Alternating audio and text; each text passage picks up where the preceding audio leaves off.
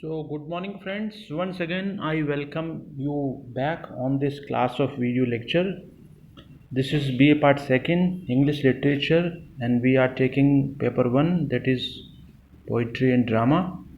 And friends, for last couple of days, or rather, I would say, for last couple of weeks, we have been doing a very long poem, Elegy written in a country churchyard, written by Thomas Gray. So it is one of the important poems of British literature. It is also important poem as far as elegies are concerned, death songs are concerned, and the important part of the poem is that this poem has not been written for any individual's death. It is about masses. It is about humanity. It is about those classes which remain marginalized, obscure, unidentified, and their lives remain uneventful and bare.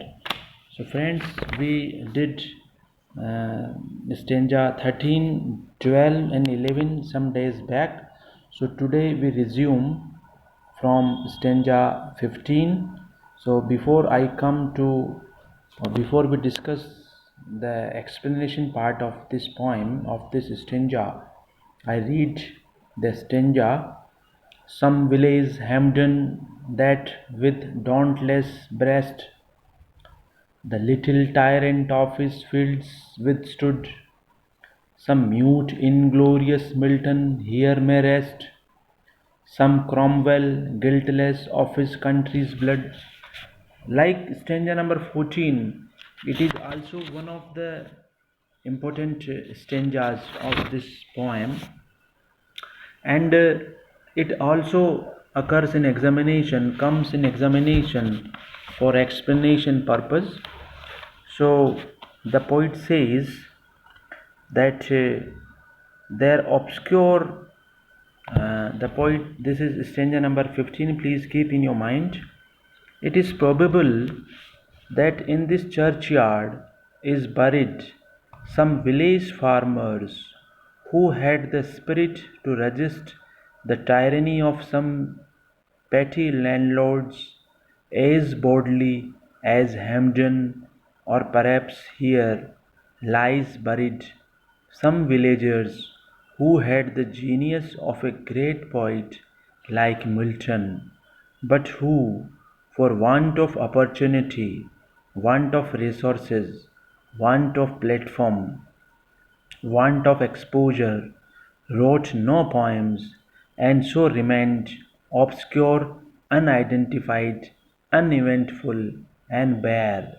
Or again, some villagers who had great military genius like Cromwell, but who, unlike Cromwell, was free from the sin of having caused the death of large numbers of his countrymen in a civil war.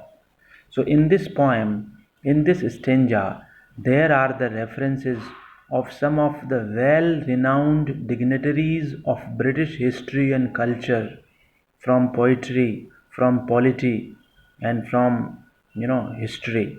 They are Hampden, Milton, Cromwell. Cromwell was a very renowned person of British history who fought for the democratic rights. Milton was with him, and they both represent the parliamentary forces in Britain and advocated the liberty of man, the liberty of parliament over church and over the ecclesiastical classes. So the poet says through this stanza, the note of this stanza is very clear that the poet looks at the graves. The poet hints at the graves.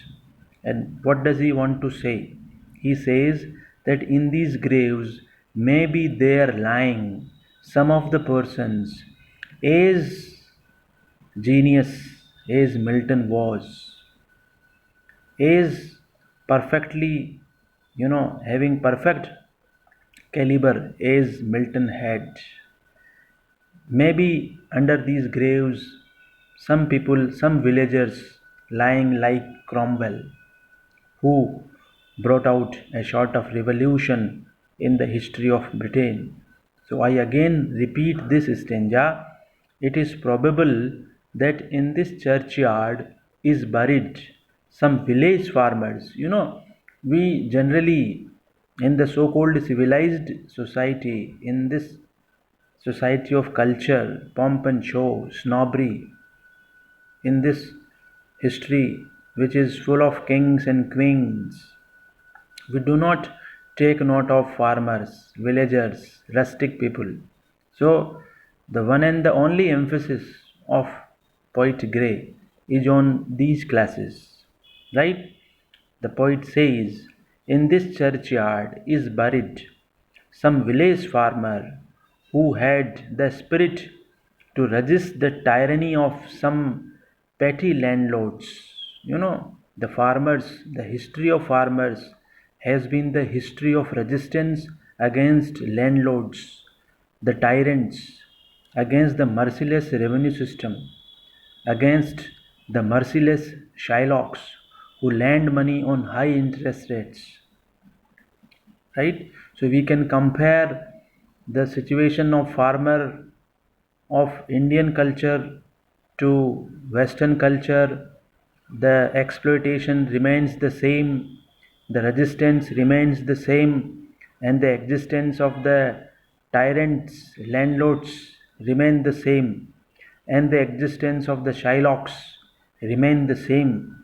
So the poet says, maybe lying some of the farmers who had the spirit to resist the tyrants of some petty landlords as boldly as Hampden, just as Hampden fought against landlords for the interest of in the welfare of the farmers.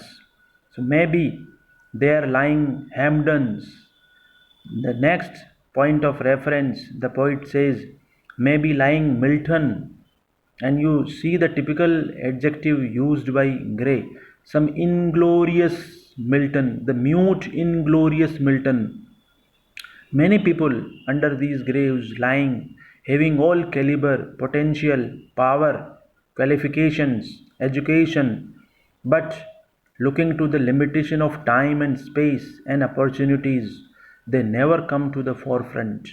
Their poetry could never get published.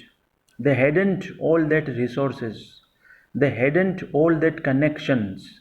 They hadn't all that, lineage.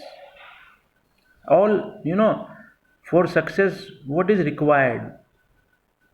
For success, some connection is required, some exposure is required, some worldly platform is required, but they hadn't anything. They never went to the cities, they never went to the universities, right?